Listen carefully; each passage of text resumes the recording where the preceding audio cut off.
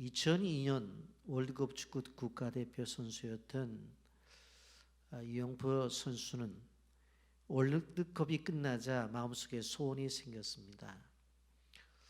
좀 유럽 리그에 가서 훌륭한 감독들과 선수들과 함께 뛰고 싶은 꿈이 생긴 것입니다.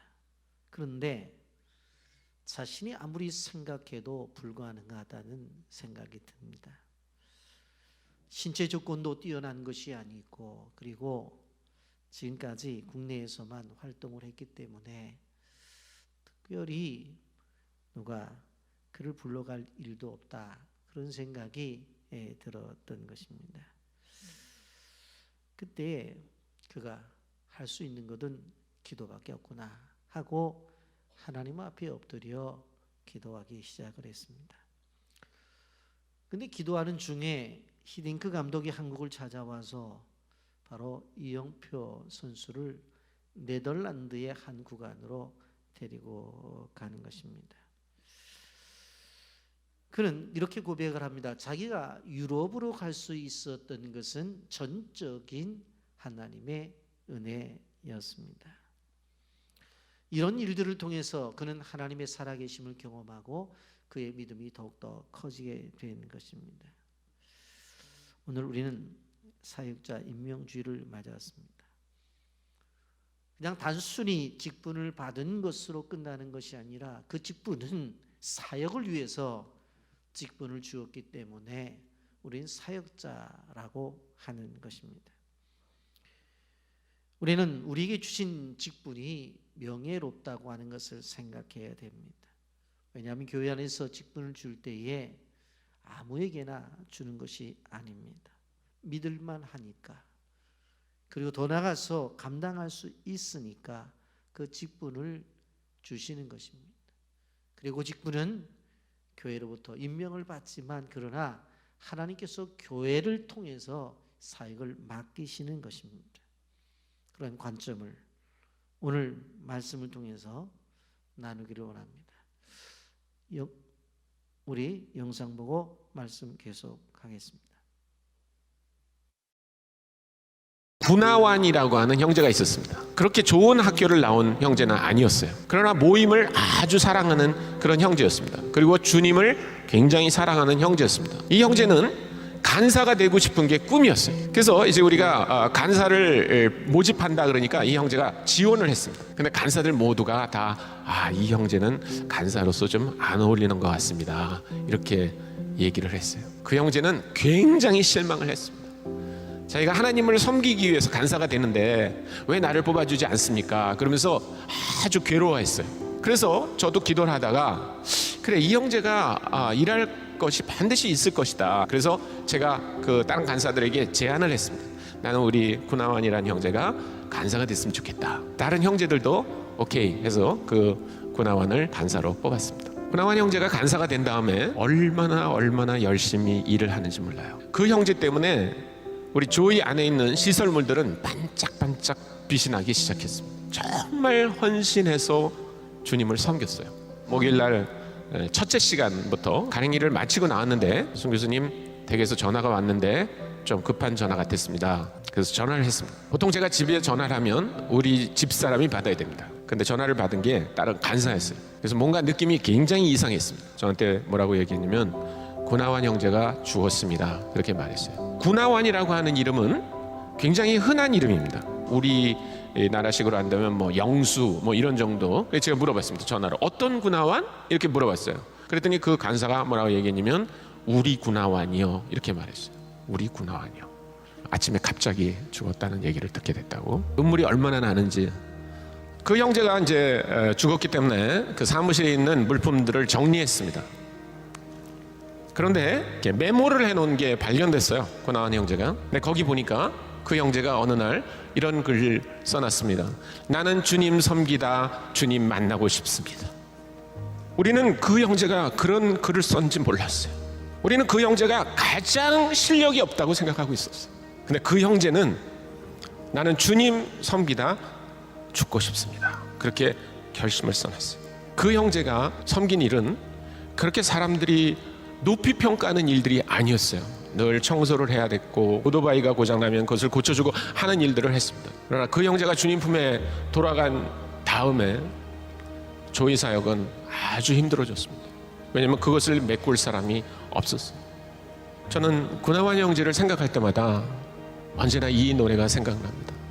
주님, 나로 살아있는 그 주님의 제단 되게 하여 주옵소서.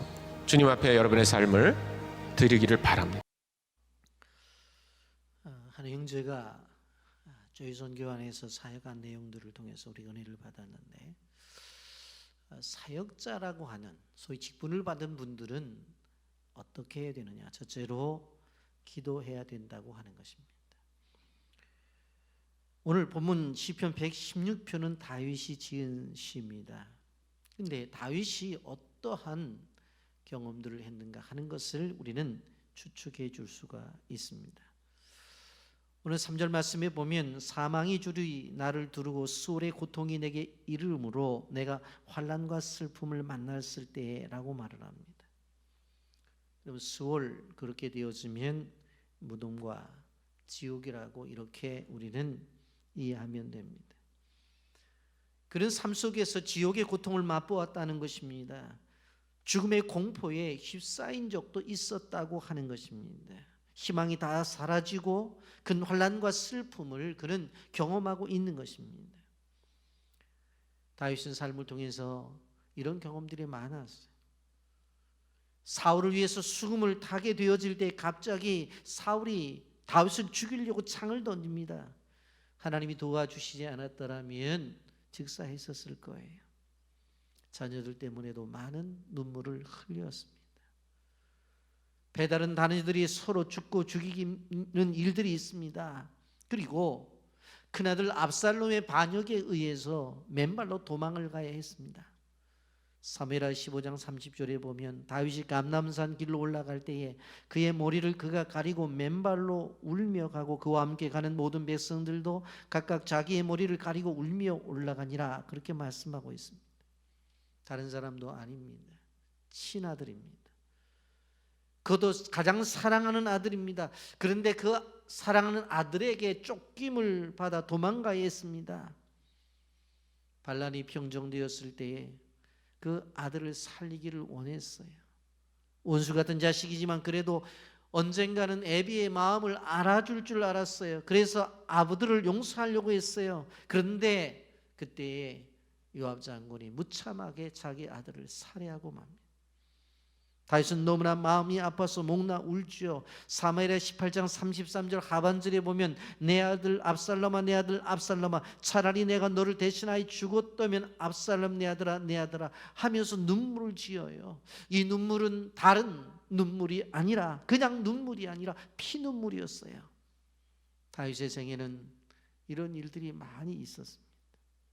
그래서 다윗은 시편 6절에 내가 탄식함으로 피곤하여 밤마다 눈물로 내 침상을 지우며 내 요를 적시나이다. 시편 56편 8절에는 나의 눈물을 주의 병에 담으소서라고 고백을 해요. 여러분 얼마나 힘든 일이 많았으면 이런 고백을 해요. 우리는 슬픔이 많은 사람들이 베개를 적셨다는 이야기는 듣지만 그러나 눈물로 침상을 띄었다는 이야기는 그렇게 들은 적이 없을 거예요. 여러분 다윗은 이러한 고통 중에 가만히 있었던 것이 아니라 어떻게 했다고 했어요? 침상을 띄우는 기도 그리고 주의 병에 눈물을 담을 정도의 그러한 기도를 드렸다고 하는 것입니다. 우리도 눈물을 안 흘리는 건 아니죠. 흘리죠. 저도 이 본문을 보면서 한번 시도해 볼까 했는데 눈물이 날 때에 병을 갖다 아무리 눈에 대도 밑에까지 흘러가지도 않아요. 중간에 말라버리지. 그런데 다윗은 어떻다고 했어요? 눈물이 고여서 그 병에 담겨질 정도의 눈물이 되었다고 하는 것입니다. 여러분, 우리가 하나님 앞에서 그리고 교회 사역을 하면서 기억해야 될 것은 힘들고 어려운 일이 있어요. 분명히 있어요. 그때 어떻게 해야 돼요? 그 문제를 해결하기 위해서 어떻게 해야 된다고요? 기도해야 된다고 하는 것입니다. 성도는 힘들고 어려운 일을 만나면 하나님을 찾아야 되는 것입니다. 시편 116편 1절 2절 여호와께서 내 음성과 내 간구를 들으심으로 내가 그를 사랑하는도다. 그의 귀를 내게 기울였으므로 내가 평생에 기도하리로다. 그렇게 말씀하고 있습니다. 환난과 슬픔을 만났을 때에 가만히 있는 것이 아니라 기도하라고 말씀하고 있어요. 시편 50편 15절 말씀엔 환난 날에 나를 부르라. 내가 너를 건지리니 내가 나를 영화롭게 하리라. 아주 간단한 한 구절의 말씀이에요. 그런데 여기에 보면 네 가지가 나와요. 첫째 뭐라고 그랬어요? 어려움에 처하지요. 환난 날. 그때 어떻게 하라고요? 두 번째 나를 부르라. 기도하라는 거예요. 그러면 어떻게 된다고요? 내가 너를 건지리니 구원시켜 준다고요. 그 다음에 내가 나를 영화롭게 하리라. 하나님 앞에 영광을 돌리는데 짧은 한 절이에요. 그런데 여기 보면 네 가지의 공식이 성립이 되는 것을 볼 수가 있습니다. 어림을 당한다고요? 기도해라. 그러면 구원이 이루어진다. 그리고 나서 구원받은 자로서 하나님 앞에 영광을 돌려라. 환난 날에 나를 부르라. 내가 너를 건지리니 내가 나를 영화롭게 하리라. 어려움에 처했을 때 기도하면 구원을 주시고 하나님 앞에 영광을 돌리는 공식, 하나님께서 우리에게 제시하셨습니다. 여러분, 믿음 생활을 하면서 왜 어려움을 주시죠? 왜 어려움을 주셔요? 기도하라는 거예요. 근데 그 기도는 다른 것이 아니라 하나님의 살아계심을 드러내기 위한 것이고, 우리는 그 하나님의 드러내심을 통해서 우리는 하나님을 경험하게 되어지는 것입니다. 여러분, 다윗은 믿고 기도했어요. 그러자 하나님께서 그의 부르짖음을 들으셨어요. 환난에서 건져 주셨어요. 그렇기 때문에 그는 주님을 사랑하는 사람이 되었어요. 오늘 1절 말씀에 여호와께서 내 음성과 내 간구를 들으심으로 내가 그를 사랑하는도다. 마음을 다하고 성품을 다하고 뜻을 다해서 사랑하는 일들은 왜 그래요? 그분이 자기의 기도를 들어주셨기 때문에, 그래서 그것으로 인해서 그를 사랑했다고 하는 것입니다. 여러분, 우리가 신앙생활하면서 기도의 응답을 받은 적이 많을 것입니다. 그렇다면 하나님을 사랑해요. 기독교와 불교가 다른 차이점이 무엇입니까? 불교는 그냥 혼자서 명상을 해요. 자신의 마음을 살펴요. 인간 중심의 종교예요. 그러나 기독교는 무엇입니까? 창조주이신 하나님이 계시고 우리가 기도할 때 응답해 주시는 그 구원의 주님이 계십니다. 그래서 그 관계를 맺으면서 믿음의 생활을 하는 거예요. 본문의 말씀처럼 기도의 응답을 통해 나가게 되어질 때에 우리가 건강한 신앙생활을 할 수가 있는 것입니다. 마태복음 7장 7절 말씀에 이렇게 말하죠. 구하라 그리하면 너에게 주실 것이요. 아멘. 찾으라 그러면 찾아낼 것이요. 아멘. 문을 두드리라 그러면 너에게 열릴 것이. 구해서 안 되면 찾아보라는 거예요. 이것저것 좀 찾아보라는 거예요. 그리고 그래도 안 되면 문까지 두드리면서 적극적으로 달려보라는 거예요.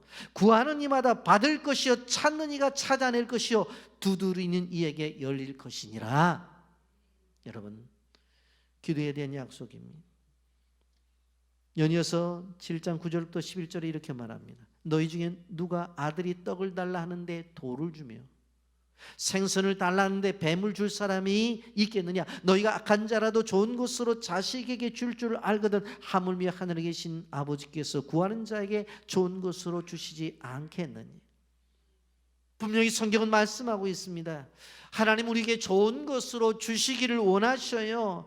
오늘도 우리의 기도를 들으시기 위해서 우리의 기도 소리에 귀를 기울이시고 계신다는 사실을 기억하시기를 바랍니다. 여러분, 어린아이가 부모님에게 요구할 때에 그 요구의 내용이 말을 잘하고 그리고 요구하는 일들에 있어서 부모님이 설득이 되어지고, 그리고 그 이야기하는 내용 자체가 합리적이기 때문에 주냐? 그게 아니에요. 자식이 달라고 하니까 그냥 주는 거예요. 주는 거예요. 자식을 사랑하기 때문에 주시는 거예요.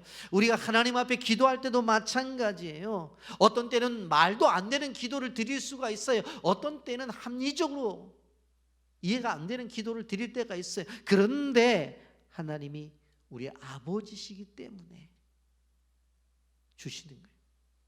이사야서 49장 15절 16절에 이렇게 말합니다. 여인이 어찌 그 젖 먹는 자식을 잊겠으며 자기 태에 난 아들을 긍휼히 여기지 않겠느냐. 그들은 혹시 잊을지라도 나는 너를 잊지 아니할 것이라. 내가 너를 내 손바닥에 새겼고 너희 성벽이 항상 내 앞에 있네. 여러분, 하나님의 손바닥에 우리의 이름이 기록되어 있다고 말씀하시고 계십니다. 그렇기 때문에 당당하게 우리는 기도를 해야 돼요. 그리고 응답받고 믿음의 생활을 해야 돼요. 그래서 오늘 본문 4절에 내가 여호와 이름으로 기도하기를 여호와여 주께 구하오니 내 영혼을 건지소서 하였도다. 다윗의 기도의 특이한 점은 3절에 이렇게 말하고 있습니다. 사망의 줄이 나를 두르고 수월의 고통이 내게 이름으로 내가 환난과 슬픔을 만났을 때에, 아니 우리가 생각해 보면 환난과 슬픔을 만났으면 먼저 어떻게 돼요? 구원해 달라고 기도를 하면서 해야 되는데, 여기에 보면 영혼을 건져 달라고 기도를 해요. 그래서 기도의 방법 속에서 영혼을 먼저 기도하는 것이 중요하다고 말해요. 요한 3서 1장 2절에 사랑하는 자의 내 영혼이 잘된 같이 내가 범사에 잘되고 강건하기를 내가 간구하노라. 첫째로는 영혼이 잘돼야 된다. 두 번째로 하는 일도 잘되고, 세 번째 건강의 축복을 약속하고 있어요. 우리가 하나님 앞에 기도할 때 제일 먼저 영혼이 잘되기를 기도해야 된다고 하는 것입니다. 사역자는 이러한 모습과 이러한 자세로 살아가야 된다고 하는 것입니다. 두 번째로 우리는 은혜에 보답하는 사역자가 되어져야 돼요. 은혜에 보답하는 사역자는 믿음을 지켜냅니다. 오늘 성경을 보십시오.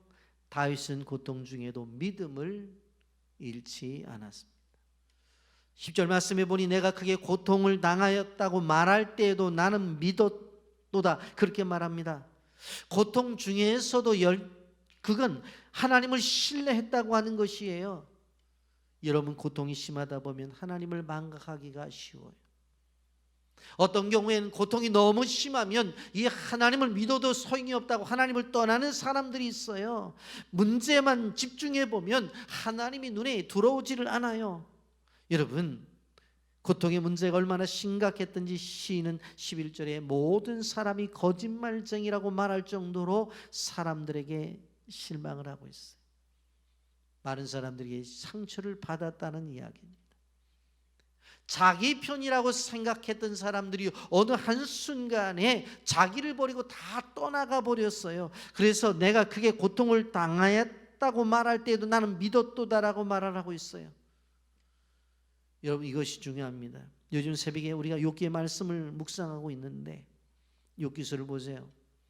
자신이 가지고 있던 재산을 다 잃어버렸어요.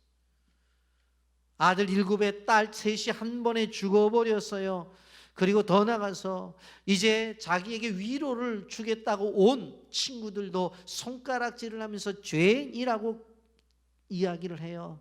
그런데 욥기를 통해서 욥의 훌륭한 점을 우리에게 가르쳐주는 것은 무엇입니까? 그 가운데서도 철저하게 하나님을 믿었다고 하는 것입니다.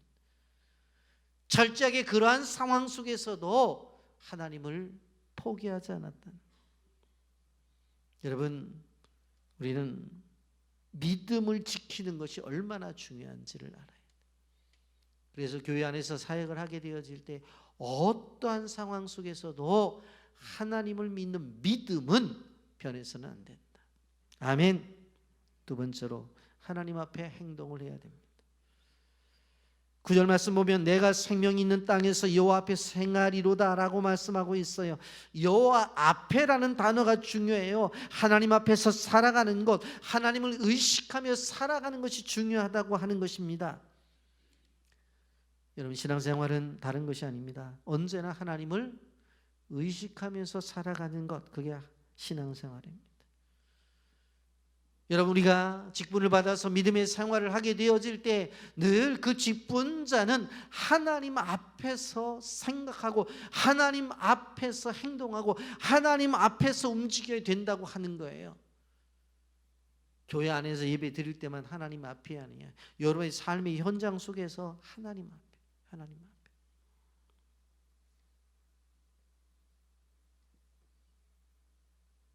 여러분, 성도는 구별할 줄 알아야 돼요.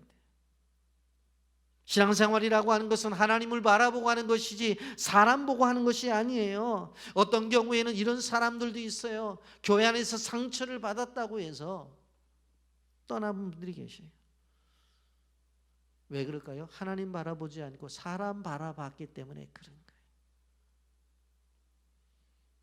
또 한 가지 은혜에 보답하는 그러한 믿음의 직분자는 늘 은혜에 대한 보답을 하려고 그래요. 12절 말씀에 내게 주신 모든 은혜를 내가 여호와께 무엇으로 보답할까? 모든 은혜라고 그렇게 이야기를 하고 있습니다. 이렇게 얘기하면 다 좋은 일들만 생각할 거예요. 모든 은혜라고 했으니까.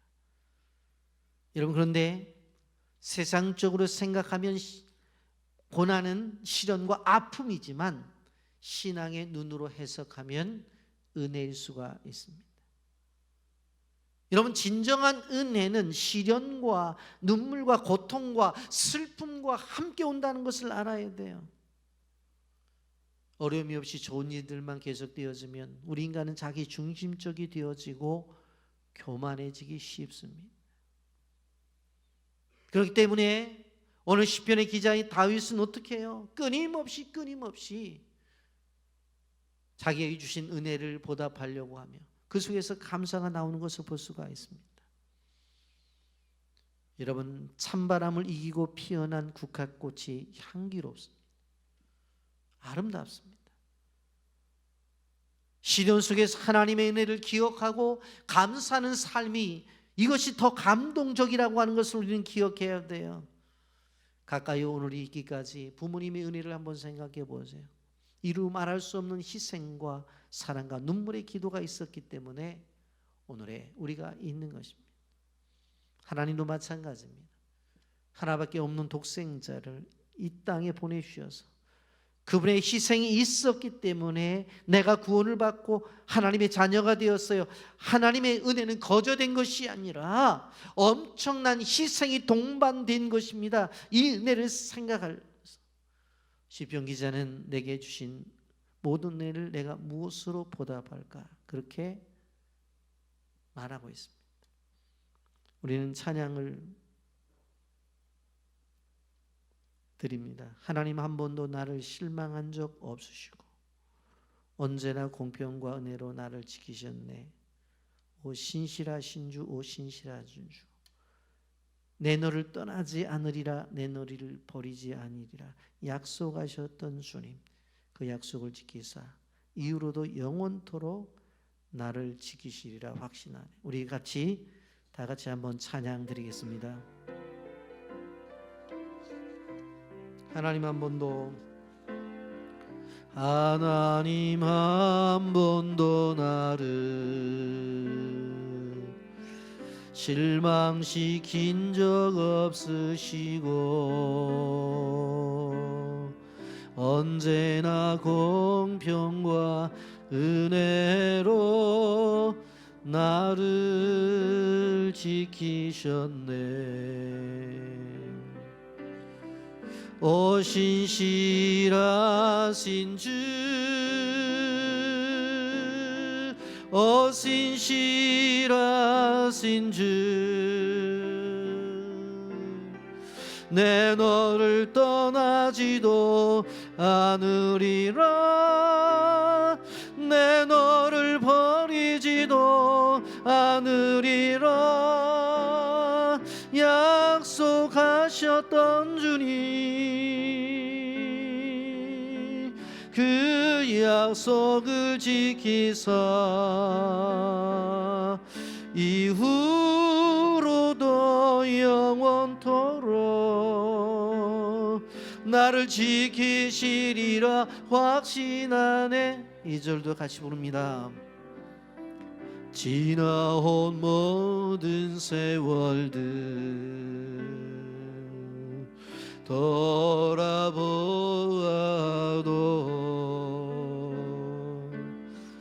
그 어느 것 하나 주의 손길 안 미친 것 전혀 없네.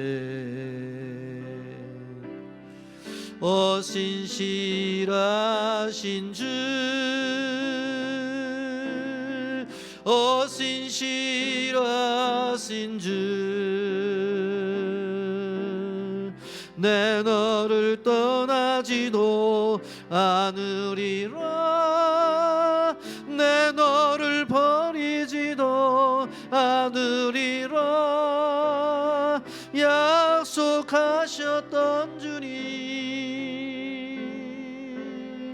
그 약속을 지키사 이후로도 영원토록 나를 지키시리라 확신하네. 아멘입니까? 이렇게 우리를 지켜주심이 있기에 내게 주신 모든 은혜를 내가 무엇으로 보답할까? 우리가 고백을 하는 것입니다. 시편의 기자는 어떻게 보답할까? 그는 하나님을 찬양하기를 원했어요. 13절에 내가 구원의 잔을 들고 여호와 이름을 부르며라고 했어요. 늘 그는 구원의 잔을 불렀어요. 하나님께서 나를 여기까지 인도하셨다고, 하나님이 이렇게 축복을 해주셨다고, 이 고난 중에도 나를 지켜주셨다고 구원의 잔을 부르면서 그분을 높이는 거예요. 적극적인 표현입니다. 요즘 청소년들은 BTS, 방탄소년단이나 아이돌을 너무 좋아하죠. 그러나 그들의 이름은 시간이 지나면 사라질 뿐이에요. 그러나 영원히 사라지지 않는 인물이 있습니다. 오직 나를 죄로부터 구원하신 생명을 주신 그분의 이름은 우리의 삶 속에서 사라지지 않아요. 그분을 노래해야 돼.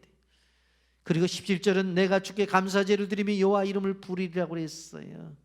감사 제사를 드린다고 했어요. 늘 하나님 앞에 예배를 드릴 때마다 감사해야 되는 것이에요.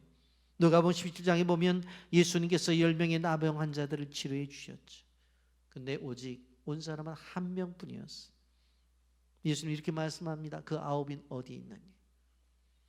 저는 이 본문을 볼 때마다, 그 본문을 볼 때마다 느끼는 게 있어요. 오늘 한 사람 잘하구나. 한 사람을 이야기하는 것이 아니라 9이 어디 갔느냐고 물어봐요.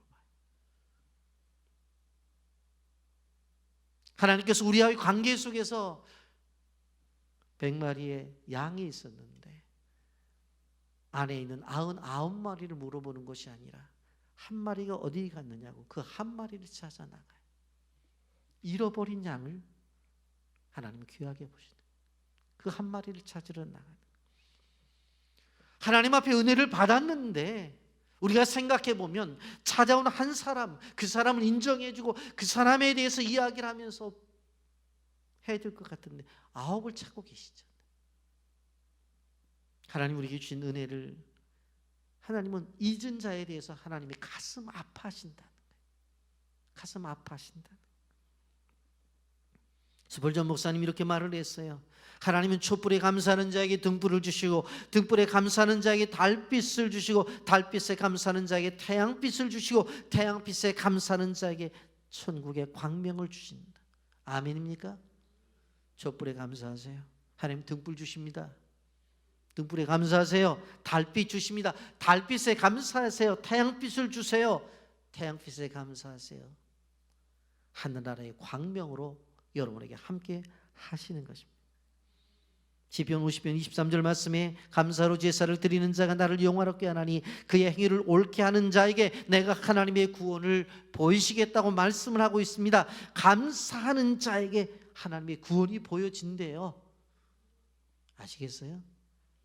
모든 걸 감사하세요. 오늘 이렇게 하나님 앞에 나와 예배 드리는 거 감사하세요. 세 번째로 소원을 지키는 사역자가 되어져야 된다는 것. 14절 말씀 우리가 다 같이 함께 읽어봅니다. 여호와의 모든 백성 앞에서 나는 나의 소원을 여호와께 갚으리. 여러분 14절과 18절 19절 말씀 보세요. 여호와의 모든 백성 앞에서 나는 나의 소원을 여호와께 갚으리로다. 내가 여호와께 소원한 것을 그의 모든 백성이 보는 앞에서 내가 지키리로다. 예루살렘아 내 한가운데서 곧 여호와의 성전들에서 지키리로다. 할렐루야. 이렇게 말씀하고 있습니다. 14절과 18절은 모든 백성들이 보는 앞에서, 성도들이 보는 앞에서 약속한 것을 지키겠다는 거예요. 19절은 여호와의 성전들에서 공개적으로 소원을 지키겠다는 거예요. 교회 앞에서 지키겠다는 거예요. 여러분, 하나는 아들을 주시도록 눈물로 기도하죠. 아들을 주시면 그의 병성을 하나님 앞에 드리겠다고 약속해요. 사무엘상 1장 11절 소원하 이르되 만군의 여호와여 만일 주의 여종의 고통을 돌보시고 나를 기억하사 주의 여종을 잊지 아니하시고 주의 여종에게 아들을 주시면 내가 그의 평생에 그의 여호와께 드리고 삭도를 그의 머리에 대지 아니하겠나요? 하나님 응답해 주셔서 사무엘 주셨어요. 그를 어떻게 해요? 바로 하나님 앞에 드리죠. 그랬더니 하나님께서 그 소원을 갚으니까 어떻게 해주셨어요? 사무엘상 2장 21절에 여호와께서 한나를 돌보시사 그로 하여금 임신하여 세 아들과 두 딸을 낳게 하셨고 아이 사무엘은 여호와 앞에서 자라나니라 그랬어요. 하나를 드렸더니 세 아들과 두 딸을 주셨어요. 소원 갚으면 더 큰 축복을 하나님이 주신다고 하시는 것입니다. 말씀을 정리합니다. 내게 주신 은혜를 내가 무엇으로 보답할까?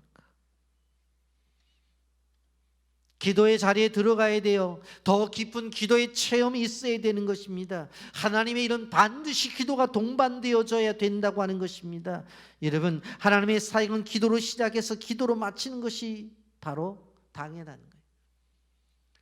지난 한 주간 저는 다른 목사님 몇 분과 함께 선교지를 좀 다녀보는 기회가 있어서 다녀보았습니다. 선교지 개발 때문에 간 것이기 때문에 우리 선교지를 간 건 아니에요. 그래서 마닐라 주변으로 해서 도시 빈민에 대해서 좀 찾아보면서 느꼈던 것은 너무 불쌍한 거예요. 그런데 돈으로 해결될 수 있는 문제가 아니라는 거예요. 왜? 이것은 한두 푼 갖고 되는 게 아니에요. 우리가 선교 사역을 하지만 한편으로 제가 보면서 더 불쌍한 거예요. 우리 산족들은 지나가면서 바나나라도 따먹고 목마르면 야자라도 따먹잖아요. 도시 빈민들은 가보니까 아무것도 없어요. 그냥 그 말대로 판자촌에 그냥 사는 거예요. 제가 많은 생각들을 해보면서 생각한 것이 이게 뭐 한두 푼 갖고 될 게 아니에요. 그러면 이들에게 해줄 게 뭐냐? 기도. 그것을 통해서 같이 세워나가야 될 것이다 라는 생각을 하는 거예요. 왜? 기도는 하나님의 것을 그들에게 보낼 수 있는 통로가 되기 때문에. 내가 뭐 얼마를 갖고 뭘 사다가 이들에게 밥 한 끼 몇 끼 해준다고 되는 게 아니라 이건 하나님의 손이 움직여야 되지, 이거는 하나님이 하셔야 되지, 몇 사람이 몇 교회가 달려들어서 될 문제가 아니라는 생각이 들더라고요. 기도는 시간을 초월하고 기도는 공간을 초월해서 역사하는 힘이 있기 때문에 여러분, 우리가 기도로서 모든 사역을 주신 직분을 감당해야 된다고 하는 것입니다. 그리고 사역을 맡은 직분자는 주신 은혜에 대해서 늘 보답하고자 하는 마음을 갖고 사역에 임해야 돼. 어떤 어려운 환경이 되어도 믿음을 지켜내야 되고, 어떠한 상황이 되어진다 할지라도 하나님 앞에 행동을 해야 되고, 늘 그 하나님의 은혜에 보답하겠다는 생각을 갖고 나가야 된다는 거예요. 그리고 최소한도 직분을 맡았을 때 그 서원했던 그것들을 지키려고 하는 그런 사역자, 그런 사역자가 하나님이 원하시는 사역자라는 사실을 기억하면서 귀한 축복된 또 한 해를 정리하고 새해를 준비하는 사역자들이 되기를 주님의 이름으로 축복합니다. 아멘.